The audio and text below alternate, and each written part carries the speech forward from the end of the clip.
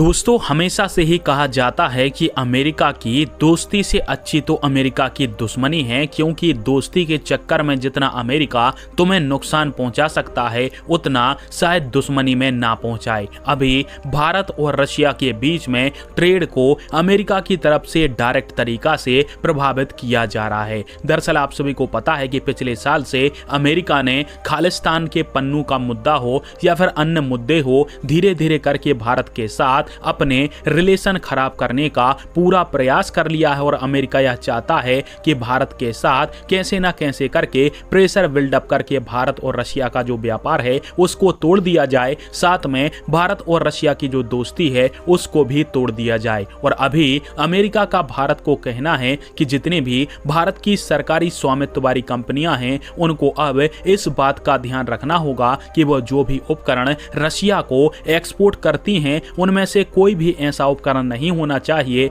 जिसका दोहरा उपयोग किया जा सके और जिसके उपयोग से रशिया अपने रक्षा उपकरण बना सके। यानी यहां पर साफ अमेरिका का कहना है कि भारत आगे से रूस को कोई भी ऐसा उपकरण शेयर नहीं करेगा या फिर नहीं बेचेगा जिससे रशिया अपनी मिसाइलें बना सके या फिर अपने रक्षा और उपकरणों का निर्माण इस मटेरियल के माध्यम से कर सके। अब यहां पर भारत को लेकर तो अमेरिका की तरफ से पाबंदियां लगा दी गई, परंतु चीन इस प्रकार के माल को रशिया को बेच रहा है, परंतु चीन के ऊपर अमेरिका की बोलने की हिम्मत नहीं होती। यहाँ पर अमेरिका केवल भारत और रशिया के व्यापार को ही टारगेट करना चाहता है, क्योंकि रशिया से हम भारी भरकम मात्रा में कच्चा तेल लेते हैं, बदले में हम भी कुछ रशिया को एक्सपोर्ट करना चाहते हैं ताकि हमारा व्यापार बैलेंस बना रहे। परंतु अमेरिका की जो नई पाबंदियां हैं उनके लग जाने के बाद भारत चाहकर भी कुछ ज्यादा अपना एक्सपोर्ट रूस को बढ़ा नहीं पाएगा, जिससे हमारा व्यापार प्रभावी नहीं हो पाएगा। और यही अमेरिका